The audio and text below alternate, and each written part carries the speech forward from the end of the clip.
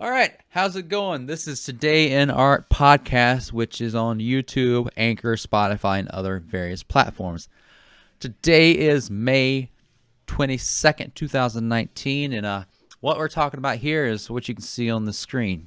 It's Jim Carrey has been doing art for the last couple of years, and the more and more of it is becoming like more and more political, kind of more liberal, anti-Republican, kind of that kind of gist of it, I guess you can say.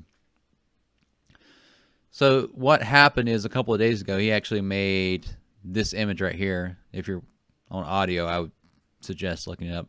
But it's essentially kind of like a baby, but it's got the face and the head of the governor of Alabama, Kay Ivey.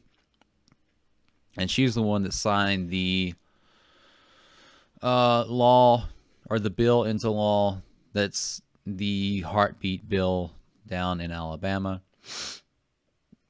And I guess you can say pro-choice people were having a big issue with it because it bans a lot of abortions, or almost all abortions to a degree. So, of course, Jim Carrey, we're going to get into, I'm going to like take a glance at his other artwork that he's been posting on Twitter as well. But he's got this one where it's kind of like sucking the brains out of the governor. Then it has, I think if you're going to terminate a pregnancy, it should be done sometime before the fetus becomes governor of Alabama. And the thing about this is, like, he did this as an he did this as, his stance is pro-choice, but it's kind of like backfired on him. Like, all these pro-life people are like, yes, this is how an abortion works. You're like, you yourself are proving it that it's a person that you're killing. So we'll get into the get into some of the articles here.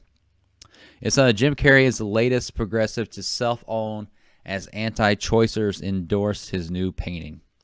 Maybe now he'll reconsider painting every single political moment as it happens. He will not reconsider it. Nearly 2 years ago, a short documentary called Jim Carrey, I Needed Color, which I watched that when it came out. And if you haven't seen it, it's actually Jim Carrey, I Needed Color. It's actually, it shows him like painting these kind of like massive, very vibrant artworks, and like I actually like the way those look, and they're kind of like expressive, and they're kind of illustrative as well. They're similar to, I guess, in a way, stylistically, some of them are like Trenton Doyle Hancock, if you know who that is. But it's on, I think I originally seen it on Facebook, but it's, you can look it up, and it's on, I think, Vimeo. I mean, it's an interesting, it's like 6 or 7 minutes. It's an interesting video to watch. It revealed the performer as a thoughtful, disciplined, legitimately decent painter. Did you know Jim Carrey is actually a pretty good painter? Became a thing, one might say, at a 2017 party when the initial volley of small talk was exhausted. It wasn't long, however, before Carrey started using his secondary skill as a medium for political expression. The actor's poignantly topical paintings were cute at first, maybe, with depictions of Trump exaggerated into ghoulish grotesquerie, and then they weren't. The frequency of these paintings and the subsequent media coverage they received diluted any potential impact they may have had. By May of 2019, now, these paintings have become about as subversive and welcome as a resistance dad who stylizes the president's name T-Rump. Considering the reaction Carrey's latest painting has inspired perhaps the Ben Garrison of liberals. Ben Garrison's, well, you can look him up too. He's kind of a, he does, I guess you can call him like political cartoons. And he takes more of the conservative side, as Jim Carrey's doing more of the Democratic liberal left side, if you want to frame it like that. Will reconsider his approach to political cartooning in the future.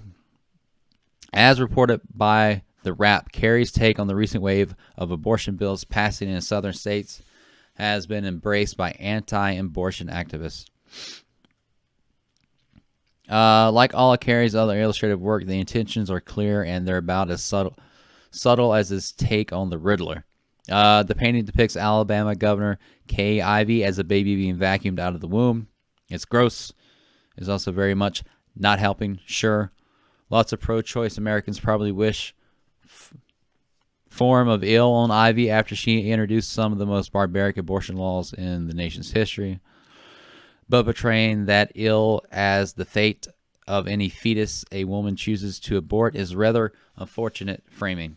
Carrey's conception of abortion as something he would wish upon his foes only helps make the case anti-choice advocates have been making for decades.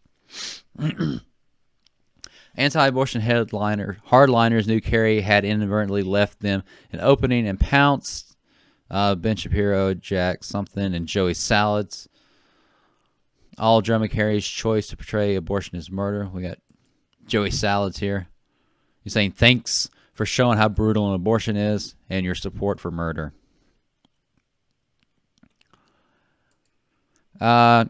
It was the second time in recent weeks that a prominent progressive response to recent attempts to chip away Roe v. Wade have backfired. On May 11th, celebrity activist Alyssa Milano proposed a sex strike as a form of payback against Georgia's heartbeat bill. Obviously, Milano means well. Doing a modern listeria may sound like a way to use feminist agency to make a media-ready statement, but only if you don't think about it for longer than 3 seconds. A sex strike in response to an abortion ban, A, makes the reductive point that sex is only something that men want and women provide. B, rewards evangelicals with the chastity they purport to crave. And C, assumes that a substantial portion of the nation's pro-choice women are sleeping with anti-choice men, which probably not.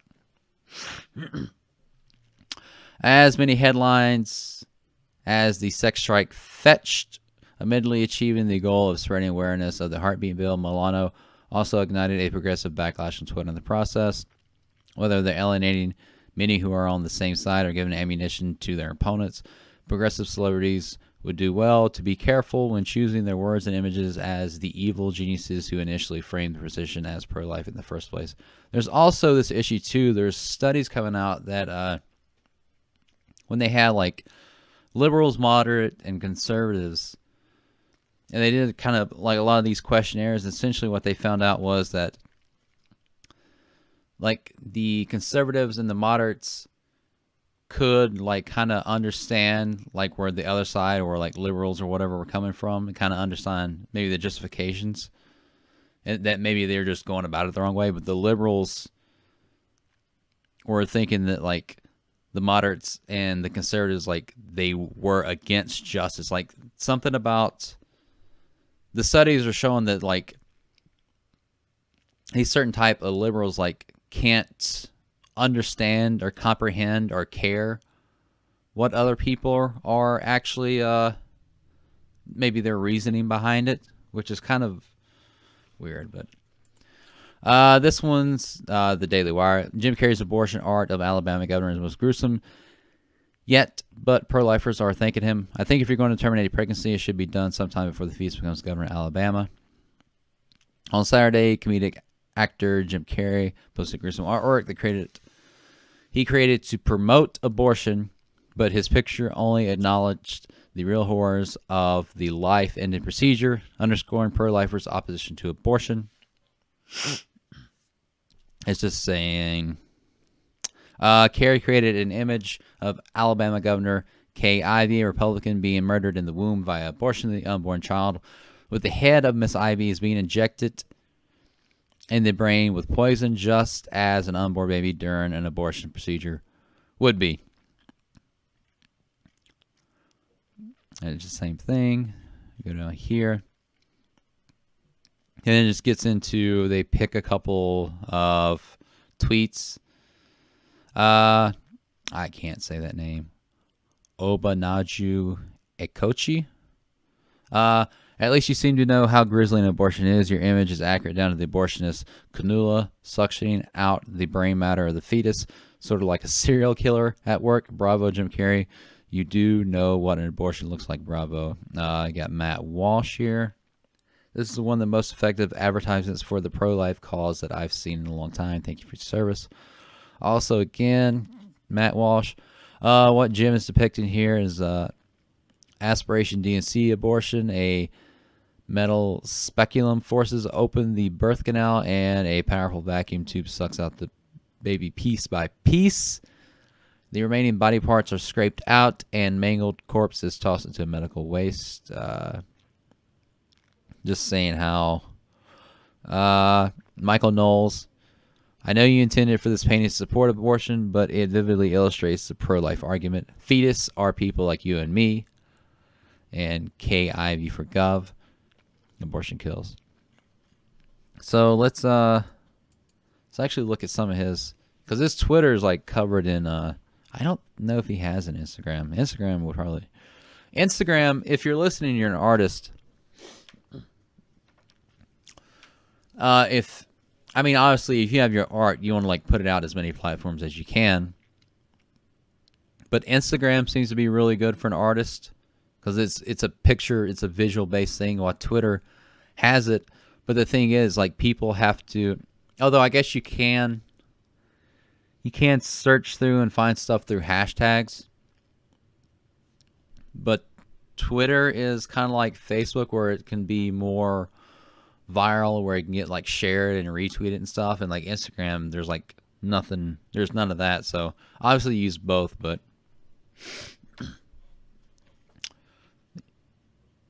this is the one we were looking at. So it looks like maybe he's doing like maybe one a day. And they look like they're maybe like pen and they're colored in with possibly marker. So they seem to be more. I wonder if I can just.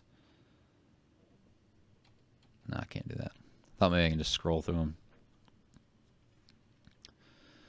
But they seem to be kind of like drawn out with pen, then colored in with marker. So these are very different from the paintings that are in that short video from like 2 years ago. And a lot of these are very, like a good number of these are very like political. So these are kind of like, not all of them are political cartoons, but I mean, this one's political, that one's political.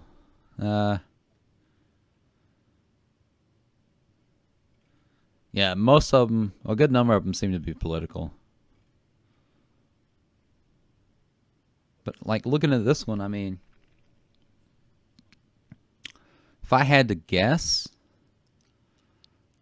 maybe he's using something like, he could just be using regular markers too.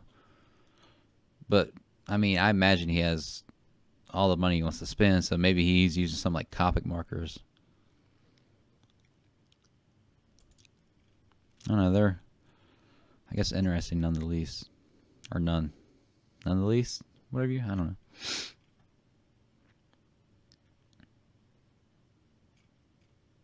But,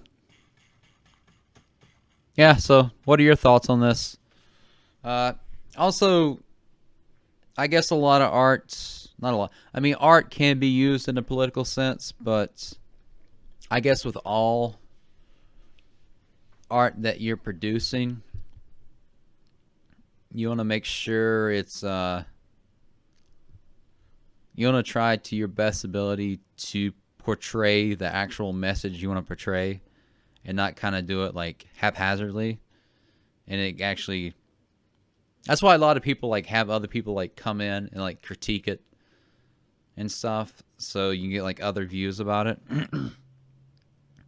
Like artists do, like, you know, group critiques when you go to art school. They're like, you work on this stuff and you may spend like a whole, 3-hour class where everybody starts like critiquing, or the teacher critiques your artwork to make sure you're trying to convey convey the actual message that you want to convey. But yeah. So this has been Today in Art. This is May 22nd.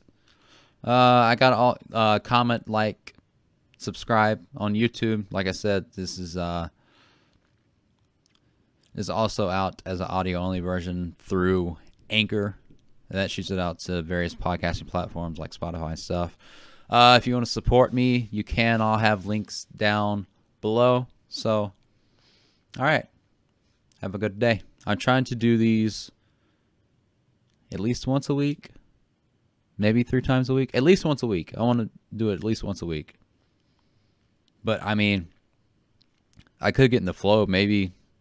I don't want to do them every day. But maybe 3 to 5 times a week would be, like, really good.